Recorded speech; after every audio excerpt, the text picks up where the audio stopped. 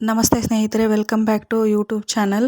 ನಾನಿವತ್ತು ಗ್ರಹಣ ಯಾವ ದಿನ ಬಂದಿದೆ, ಹುಣ್ಣಿಮೆ ಯಾವ ದಿನ ಬಂದಿದೆ, ಗ್ರಹಣ ಸಮಯದಲ್ಲಿ ಏನನ್ನು ನಾವು ಪ್ರಿಕಾಷನ್ ತೊಗೋಬೇಕು, ಯಾವ ಥರ ಗ್ರಹಣನ ನಾವು ಕಳ್ಕೋಬೇಕು, ಆಮೇಲೆ ಹುಣ್ಣಿಮೆ ದಿನ ಯಾವ ಥರ ಆಚರಣೆ ಮಾಡಬೇಕು, ಯಾವ ದಿನ ಹುಣ್ಣಿಮೆ ಬಂದಿದೆ ಆ ಆಚರಣೆ ಹೇಗಿರಬೇಕು, ಆಮೇಲೆ ಗರ್ಭಿಣಿಯರಾಗಲಿ ಬಾಣಂತಿಯರಾಗಲಿ ಚಿಕ್ಕ ಮಕ್ಕಳಾಗಲಿ ಯಾವ ಥರ ಗ್ರಹಣ ಸಮಯದಲ್ಲಿ ಅವರು ಪ್ರಿಕಾಷನ್ ಆಗಲಿ ಅವ್ರ ಸಿದ್ಧತೆಯನ್ನು ಪೂರ್ವ ಸಿದ್ಧತೆಯನ್ನು ಮಾಡ್ಕೋಬೇಕಂತ, ಕಳಸದ ಕಾಯಿ ಹುಣ್ಣಿಮೆ ದಿನ ಕಳಸದ ಕಾಯಿ ತೆಗಿಬೇಕಾ ಅಥವಾ ಗ್ರಹಣ ನಂತರ ತೆಗಿಬೇಕಾ, ಕೆಲವೊಬ್ರಿಗೆ ಈ ಗೊಂದಲ ಇರುತ್ತೆ. ಅದನ್ನು ಸಂಪೂರ್ಣವಾಗಿ ಕ್ಲಿಯರ್ ಮಾಡ್ತೀನಿ.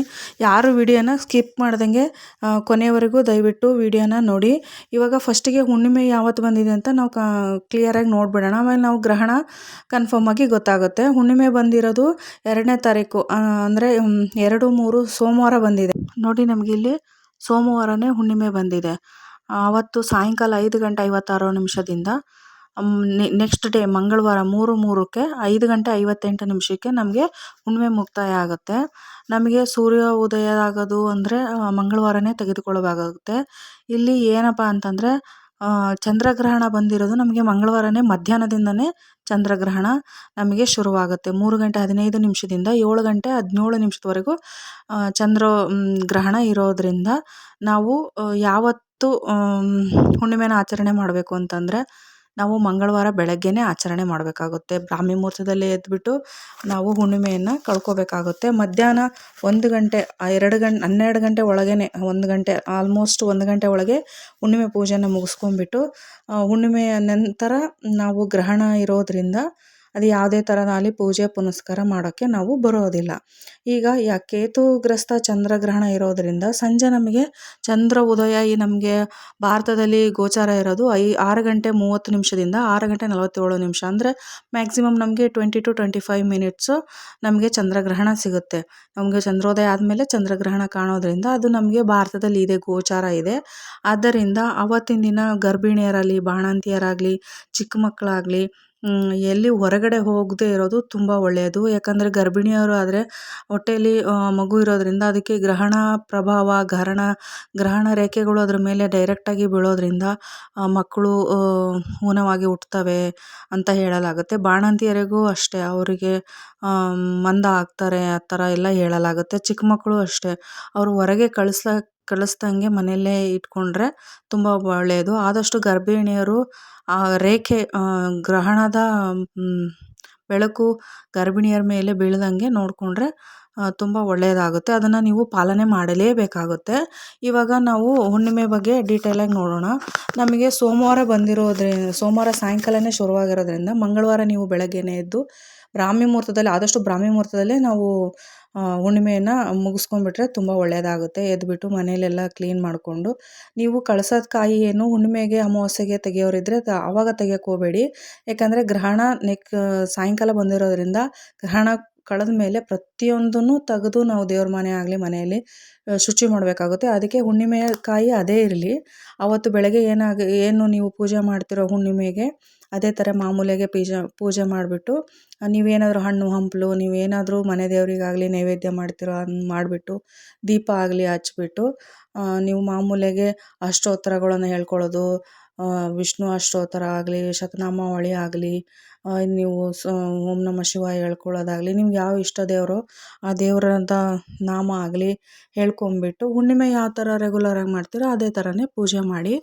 ನೆಕ್ಸ್ಟು ಕಾಮದಹನ ಯಾವತ್ತು ಮಾಡಬೇಕು ಅಂತಂದರೆ ಗ್ರಹಣ ನಮಗೆ ಮಂಗಳವಾರನೇ ಸಿಕ್ಕಿರೋದ್ರಿಂದ ಮಂಗಳವಾರ ಮಾಡೋಕ್ಕೆ ಬರಲ್ಲ ಕಾಮದಹನ. ಆದ ಕಾರಣ ಸೋಮವಾರನೇ ಸಾಯಂಕಾಲದಿಂದನೇ ಹುಣ್ಣಿಮೆ ಶುರುವಾಗಿರೋದ್ರಿಂದ ಕಾಮದಹನ ಸೋಮವಾರ ಸಂಜೆ ಮಾಡಿದರೆ ತುಂಬ ಒಳ್ಳೆಯದಾಗುತ್ತೆ.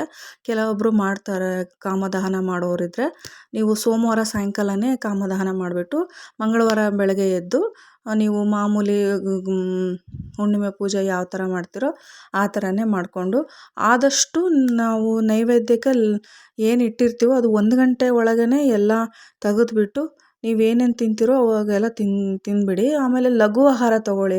ನಾನ್ ವೆಜ್ ಅಂತೂ ಅವತ್ತು ತೊಗೊಳೋಕ್ಕೆ ಹುಣ್ಣಿಮೆ ಮತ್ತು ಗ್ರಹಣ ಇರೋದ್ರಿಂದ ನಾನ್ ವೆಜ್ ಮುಟ್ಲೇಬಾರ್ದು, ಪ್ರಭಾವ ಜಾಸ್ತಿ ಆಗುತ್ತೆ ಗ್ರಹಣದ್ದು. ಇನ್ನೊಂದು ಪಾಯಿಂಟ್ ಹೇಳೋದಾದರೆ, ಏನೇ ಆಗಲಿ ಹಾರ್ಡಾಗಿರೋದೇನು ಆಹಾರ ತಗೊಳಕ್ಕೆ ಹೋಗ್ಬೇಡಿ, ಲಘು ಆಹಾರ ತಗೊಳ್ಳಿ. ಅದು ಡೈಜೆಷನ್ನಿಗೆ ಗ್ರಹಣ ಇರೋದ್ರಿಂದ ನಮ್ಮ ಆರೋಗ್ಯದ ಮೇಲೂ ಪ್ರಭಾವ ಬೀರುತ್ತೆ. ಆ ಕಾರಣ ಡೈಜೆಷನ್ ಆಗೋದು ತುಂಬ ಕಷ್ಟ ಅಂತ ಹೇಳಲಾಗುತ್ತೆ.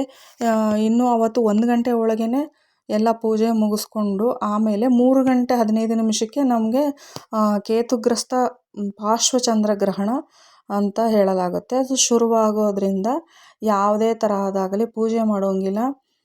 ಮೊದಲಿಗೆ ಸ್ನಾನ ಮಾಡ್ಕೊಂಬಂದು ಬರೀ ದೇವರ ಜಪ ಮಾಡೋದು. ಯಾವ ಥರ ಜಪ ಮಾಡೋದು? ನಿಮಗೆ ಓಂ ನಮಃ ಶಿವಾಯ ಬರುತ್ತಾ? ಓಂ ನಮಃ ಶಿವಾಯ ಹೇಳ್ಕೊಳ್ಳಿ. ವಿಷ್ಣು ಸಹಸ್ರನಾಮ ಬರುತ್ತಾ? ಬುಕ್ ಸಿಗುತ್ತೆ, ಈ ಥರದ್ದೆಲ್ಲ ಬುಕ್ ಸಿಗುತ್ತೆ. ಆ ಥರ ಬುಕ್ ತೊಗೊಂಬಂದ್ಬಿಟ್ಟು ನೀವು ಯಾವುದು ಮಂತ್ರಗಳು ಬರುತ್ತೋ, ಯಾವ ನಾಮ ಬರುತ್ತೋ, ಯಾವ ಶತಾವಳಿ ಬರುತ್ತೋ ನಿಮಗೆ ಆ ಥರದ್ದು ಹೇಳ್ಕೊಂಡ್ರೆ ಸಾಕು. ಲಲಿತಾ ಸಹಸ್ರನಾಮ ಓದ್ಬೋದು, ಶ್ರೀರಾಮ್ ಜಪ ಮಾಡ್ಬೋದು. ನಿಮ್ಗೆ ಯಾವುದು ಈಸಿ ಅನಿಸುತ್ತೋ, ಯಾವುದು ಹೇಳಿದರೆ ನಿಮಗೆ ಅನುಕೂಲ ಅನಿಸುತ್ತೋ ಅದನ್ನು ನೀವು ಹೇಳ್ತಾ ಬನ್ನಿ. ಮಧ್ಯಕಾಲದಲ್ಲಿ 6:30ಕ್ಕೆ ಇನ್ನೊಂದು ಸತಿ ಸ್ನಾನ ಮಾಡಿಬಿಟ್ಟು ಮತ್ತೆ ಜಪ ಮಾಡೋದು ಬಿಟ್ಟರೆ ಏನೂ ಮಾಡೋ ಆಗಿಲ್ಲ. 7 ಗಂಟೆ 17 ನಿಮಿಷಕ್ಕೆ ಗ್ರಹಣ ಅಂತ್ಯವಾದ ಮೇಲೆ ಮತ್ತೆ ಒಂದು ಸತಿ ಸ್ನಾನ ಮಾಡಿಬಿಟ್ಟು ಅಲ್ಲಿವರೆಗೂ ನೀವು ಮಂತ್ರ ಒಂದೇ ಹೇಳಬೇಕಾಗುತ್ತೆ. ನೀರನ್ನು ತೊಗೊಳಂಗಿಲ್ಲ. ಯಾವುದು ನೀರು ಬೇಕಾದರೆ ತುಂಬ ಆಗಲ್ಲ ಅಂದರೆ ತೊಗೋಬೋದು, ಬಟ್ ಏನು ಆಹಾರ ತಗೊಳ್ಬಾರ್ದು. ಗ್ರಹಣ ಆದ ನಂತರ ಸ್ನಾನ ಮಾಡಿ ಮನೇನ ಮತ್ತೆ ಶುದ್ಧ ಮಾಡಬೇಕಾಗುತ್ತೆ. ದೇವ್ರ ಮನೆಯೂ ಮತ್ತೆ ಶುದ್ಧ ಮಾಡೋದು. ಅರಿಶಿನ ಕುಂಕುಮದಿಂದ ಹಿಡಿದು ಅಕ್ಷತೆಯಿಂದ ಹಿಡಿದು ಕಾಯಿ, ತೆಂಗಿನಕಾಯಿ, ಕಳಸ ಎಲ್ಲ ತೆಗೆದುಬಿಟ್ಟು ನಾವು ಮತ್ತೆ ಹೊಸದಾಗಿ ಎಲ್ಲ ಕಳಸನ ಕೂರಿಸ್ಬೇಕಾಗುತ್ತೆ. ತಗೊಂಬಂದ್ಬಿಟ್ಟು ಎಲೆ ಎಲ್ಲ. ಅದಕ್ಕೆ ಆ ಕಾರಣಕ್ಕೆ ನಾನು ಹುಣ್ಣಿಮೆ ದಿನ ಚೇಂಜ್ ಮಾಡೋಕ್ಕೆ ಹೋಗಬೇಡಿ ಕಳಸನ ಅಂತ ಹೇಳಿದ್ದು.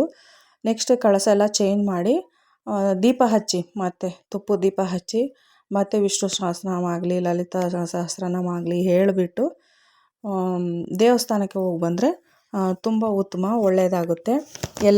ಎಲ್ಲ ನೀರಿಗಾಗಲಿ ನೀವು ಏನೇನು ಪದಾರ್ಥ ಯೂಸ್ ಮಾಡ್ತಿರೋದಕ್ಕೆ ದರ್ಬೆ, ಗರಿಕೆ, ತುಳಸಿ ಎಲ್ಲದಕ್ಕೂ ಸ್ವಲ್ಪ ಸ್ವಲ್ಪ ಹಾಕ್ಕೊಂಡು ಬಂದರೆ ಗ್ರಹಣದ ಎಫೆಕ್ಟು ಅದಕ್ಕಾಗಲ್ಲ, ಆ ವಸ್ತುಗಳಿಗಾಗಲಿ ನಾವು ತಿನ್ನೋ ಆಹಾರಕ್ಕಾಗಲಿ ಆಗಲ್ಲ ಅಂತ ಹೇಳ್ತಾರೆ. ನೀವು ಗ್ರಹಣ ಬಿಟ್ಟಾದಮೇಲೆ ಎಲ್ಲದಕ್ಕೂ ಸ್ವಲ್ಪ ಗಂಜಲ ಹಾಕ್ಬಿಟ್ಟು ಮನೆಯನ್ನು ಶುದ್ಧಿ ಮಾಡೋದಾಗಲಿ, ನೀವು ಗಂಜಲ ಮೈ ಮೇಲೆ ಚಿಮ್ಮಿಸ್ಕೊಳ್ಳೋದಾಗಲಿ, ನೀರಿನ ಸ್ನಾನ ಮಾಡೋ ನೀರಿಗೆ ಹಾಕೋದಾಗಲಿ ಮಾಡಿ. ಮನೇನು ಒರೆಸ್ಬೇಕಾದ್ರೆ ಅಷ್ಟೇ ಗಂಜಲದಲ್ಲಿ ಒರೆಸಿ ಮನೆ ಫುಲ್ ಶುದ್ಧೀಕರಣ ಮಾಡಬೇಕಾಗುತ್ತೆ. ಗಂಜಲ ಅರಿಶಿನ ಹಾಕ್ಬಿಟ್ಟು ಮನೆಯಲ್ಲೆಲ್ಲ ಕ್ಲೀನ್ ಮಾಡಿಬಿಟ್ಟು ಆಮೇಲೆ ಕಳಸ ಎಲ್ಲ ಕ್ಲೀನ್ ಮಾಡಿ ಕಳಸ ತೆಗೆದ್ಬಿಟ್ಟು ಹೊಸ ಕಾಯಿ ಇಟ್ಟು ಬನ್ನಿ. ಹಳೆಯ ಕಾಯಿ ಏನಿರುತ್ತೆ ನೀವು ಚೇಂಜ್ ಮಾಡಿದ್ದು ಅದನ್ನು ಸ್ವೀಟೇನು ಮಾಡೋಕ್ಕೆ ಹೋಗಬೇಡಿ. ಎಲ್ಲಾದರೂ ನೀರು ಹರಿತಾ ಇದ್ದರೆ ನೀರಿಗೆ ಯಾವಾಗಾದರೂ ನದಿ ಹತ್ತಿರ ಹೋದರೆ ಬಿಟ್ಬಿಡಿ. ಯಾಕಂದರೆ ಗ್ರಹಣದ ಕಾಯಿ ಆಗಿರೋದ್ರಿಂದ ಅದರಲ್ಲಿ ಯಾವುದೇ ಥರದ ಸ್ವೀಟ್ ಮಾಡಿ ದೇವರಿಗೆ ನೈವೇದ್ಯ ಮಾಡೋಕ್ಕೆ ಬರೋದಿಲ್ಲ. ಆಚರಣೆ ಮಾಡ್ತೀವಿ ನಾವು ಅನ್ನೋದಾದರೆ ಮಾಡಿ. ಇಲ್ಲ ನಾವು ವರ್ಕಿಂಗ್ ಇದ್ದೀವಿ, ಇದೆಲ್ಲ ನಂಬಲ್ಲ ಗ್ರಹಣ ಅಂತ ಅನ್ನೋರಾದರೆ ಅವರು ನಿಮ್ಮ ಯೋಚನಾ ಶಕ್ತಿಗೆ ಬಿಟ್ಟಿದ್ದು. ಆದರೆ ಗ್ರಹಣದ ಎಫೆಕ್ಟ್ ಅಂತೂ ಭಾರತಕ್ಕೆ ಇದೆ. ಆದ ಕಾರಣ ಆದಷ್ಟು ಗರ್ಭಿಣಿಯರಾಗಲಿ ತುಂಬ ಹುಷಾರಾಗಿರಿ. ಆದಷ್ಟು ಹೊರಗಡೆ ಎಲ್ಲೂ ಬರಬೇಡಿ. ಸಾಯಂಕಾಲ ಆಗಲಿ ಬೆಳಗ್ಗೆ ಆಗಲಿ ಮಧ್ಯಾಹ್ನದ ಮೇಲಂತೂ ಎಲ್ಲೂ ಹೊರಗಡೆ ಹೋಗಕ್ಕೆ ಹೋಗಬೇಡಿ. ಆದಷ್ಟು ಮನೆಯಲ್ಲೇ ಇರಿ. ಆ ರೇಖೆಗಳು, ಗ್ರಹಣದ ರೇಖೆಗಳು, ಪಾರ್ಶ್ವಚಂದ್ರ ಗ್ರಹಣ ಎಸ್ಪೆಷಲಿ ಇರೋದ್ರಿಂದ ಅದು ರೇಖೆಗಳು ಆಗಲಿ ಆ ಗ್ರಹಣದ ಎಫೆಕ್ಟ್ ಆಗಲಿ ಆ ಮಗು ಮೇಲೆ ಬೀಳಬಾರ್ದು. ಬಿದ್ದರೆ ತುಂಬ ಅನಾಹುತ ಆಗುತ್ತೆ ಅಂತ ಹೇಳಲಾಗುತ್ತೆ. ನಮ್ಮ ಪೂರ್ವಿಕರಾಗಲಿ ಪಂಚಾಂಗದ ಪ್ರಕಾರ ಹೇಳಲಾಗುತ್ತೆ. ಆದ ಕಾರಣ ಮನೆಯಲ್ಲೇ ಇರಿ. ಆದಷ್ಟು ನೀವು ದೇವರ ಜಪ, ದೇವರ ನಾಮ, ದೇವರ ಮಂತ್ರಗಳನ್ನು ಯಾವ್ದು ನಿಮ್ಗೆ ಬರುತ್ತೋ, ಈಸಿ ಅನಿಸುತ್ತೋ. ಓಂ ನಮಃ ಶಿವಾಯ ಬಂದರೆ ಅದನ್ನೇ ಹೇಳಿ, ಶ್ರೀರಾಮ್ ಬಂದರೆ ಹೇಳಿ. ಜಾಸ್ತಿ ವಿಷ್ಣು ಸಹಸ್ರನಾಮ ಬುಕ್ ಸಿಗುತ್ತೆ ಮಾರ್ಕೆಟಲ್ಲಿ, ಅದನ್ನು ತಂದುಬಿಟ್ಟು ಸುಮ್ಮನೆ ಕೂತ್ಕೊಂಡು ಮಂತ್ರಗಳನ್ನು ಹೇಳ್ತಾ ಇದ್ದರೆ ಆ ಎಫೆಕ್ಟು ನಮಗೆ, ಆ ಪ್ರಭಾವ ಗ್ರಹಣ ಆಗಲಿ ಹುಣ್ಣಿಮೆಲೆ ಆ ಪ್ರಭಾವ ಮನಸ್ಸಿನ ಮೇಲೆ ಆಗಲಿ, ಗರ್ಭಿಣಿಯರಿದ್ದರೆ ಆ ಮಗು ಮೇಲೆ ಆಗಲಿ ಬೀಳಲ್ಲ ಅಂತ ಹೇಳಲಾಗುತ್ತೆ. ಪ್ರತಿಯೊಬ್ಬರು ಮಾಡಿದರೆ ತುಂಬ ಒಳ್ಳೆಯದು. ಮಾಡೋಕ್ಕಾಗಲ್ಲ ನಾವು ಆಫೀಸು ವರ್ಕಿಂಗ್ ಅಂತಂದರೆ ಅದು ನಿಮ್ಮ ಇಚ್ಛಾ ಅನುಸಾರಕ್ಕೆ ಬಿಟ್ಟಿದ್ದು. ಇದೆಲ್ಲ ಆದಮೇಲೆ ರಾತ್ರಿ ತುಪ್ಪದ ದೀಪ ಹಚ್ಚೋದಾದರೆ ಹಚ್ಚಬಹುದು. ಹಚ್ಚಿ ಅವತ್ತೇನು ಆಹಾರ ಗ್ರಹಣ ಬಿಡೋವರೆಗೂ ಏನು ಆಹಾರ ತಗೋಬಾರ್ದು. ನೈಟು ಅಷ್ಟೇ ಮಲಗೋಕ್ಕೂ ಮುಂಚೆ ಏನಾದರೂ ಲೈಟಾಗೇ ಊಟ ಮಾಡಿದರೆ ಅನ್ನ ಮೊಸರು ಆ ಥರ ಲೈಟಾಗಿ ಊಟ ಮಾಡಿದರೆ ಆರೋಗ್ಯಕ್ಕೂ ಒಳ್ಳೆಯದು. ಡೈಜೆಷನ್ ಪ್ರಾಬ್ಲಮ್ಮು ಬರುತ್ತೆ ಗ್ರಹಣದ ಸಮಯದಲ್ಲಿ ಅಂತಲೂ ಹೇಳಲಾಗತ್ತೆ. ಆದ ಕಾರಣ ನಾನ್ ವೆಜ್ ಅಂತೂ ಕಂಪ್ಲೀಟಾಗಿ ಅವತ್ತೇನು ತೊಗೊಳಕ್ಕೆ ಹೋಗಬೇಡಿ, ನಾನ್ ವೆಜ್ ಮಾಡೋಕ್ಕೂ ಹೋಗಬೇಡಿ, ನಾನ್ ವೆಜ್ ತಿನ್ನೋಕ್ಕೂ ಆದರೆ ಸಾಯಂಕಾಲ ದೇವಸ್ಥಾನಕ್ಕೆ ಹೋಗಿ ಬಂದರೆ ನಿಮ್ಮ ಮನಸ್ಸಿಗೆ ನೆಮ್ಮದಿ ಸಿಗುತ್ತೆ ಅಂತ ಹೇಳೋಕ್ಕೆ ಇಷ್ಟಪಡ್ತೀನಿ. ಇದಾಗಿತ್ತು ಇವತ್ತಿನ ವಿಡಿಯೋ. ಕಂಪ್ಲೀಟಾಗಿ ಚಂದ್ರಗ್ರಹಣ ಆಗಲಿ ಹುಣ್ಣಿಮೆ ಆಗಲಿ ಕಳಸದ ಯಾವ ಥರ ಚೇಂಜ್ ಮಾಡಬೇಕು, ಯಾವತ್ತು ಚೇಂಜ್ ಮಾಡಬೇಕು ಎಲ್ಲ ಕಂಪ್ಲೀಟಾಗಿ ತಿಳಿಸ್ಕೊಟ್ಟಿದ್ದೀನಿ. ಇದರಲ್ಲಿ ಏನಾದರೂ ಇನ್ನೂ ಡೌಟ್ ಇದ್ದರೆ ದಯವಿಟ್ಟು ಕಮೆಂಟಲ್ಲಿ ಕಮೆಂಟ್ ಹಾಕಿ. ಪ್ಲೀಸ್ ನನ್ನ ಚಾನಲ್ ಸಬ್ಸ್ಕ್ರೈಬ್ ಮಾಡಿ, ಲೈಕ್ ಮಾಡಿ, ಶೇರ್ ಮಾಡಿ, ಪ್ರತಿಯೊಬ್ಬರಿಗೂ ಈ ಮಾಹಿತಿ ತಲುಪೋ ಥರ ಮಾಡಿ. ಪ್ಲೀಸ್ ನನ್ನ ಚಾನಲ್ನ ಸಬ್ಸ್ಕ್ರೈಬ್ ಮಾಡಿ. ಮತ್ತೆ ಸಿಗ್ತೀನಿ ಮುಂದಿನ ವಿಡಿಯೋಯಲ್ಲಿ. ಇದಾಗಿತ್ತು ನನ್ನ ಇವತ್ತಿನ ವಿಡಿಯೋ. ಎಲ್ಲರಿಗೂ ಧನ್ಯವಾದಗಳು.